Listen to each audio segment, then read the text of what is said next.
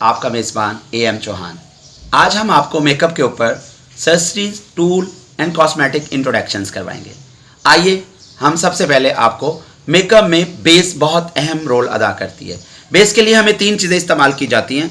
Number 1 sponge, जिससे हमने pan stick लगाना होता है। उसके बाद आता है स्पंज, जिससे हमने फाउंडेशन को इस्तेमाल करना होता है।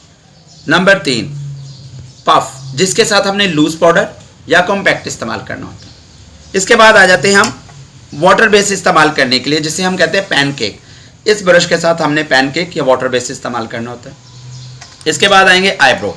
आईब्रो के ऊपर हमने ये 3 ब्रश इस्तेमाल करने। नंबर 1 ये ब्रश, इसके साथ हमने डस्ट यानी जितनी आईब्रो के ऊपर बेस लगी है साफ करनी है और आईब्रो को सीधा करना है।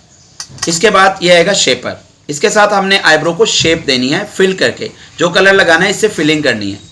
इसके बाद आएगा ये शेपर, और शेपर से हमने आईब्रो को आर्च या राउंड या स्ट्रेट करना है और उसको डीपली शेप देनी है।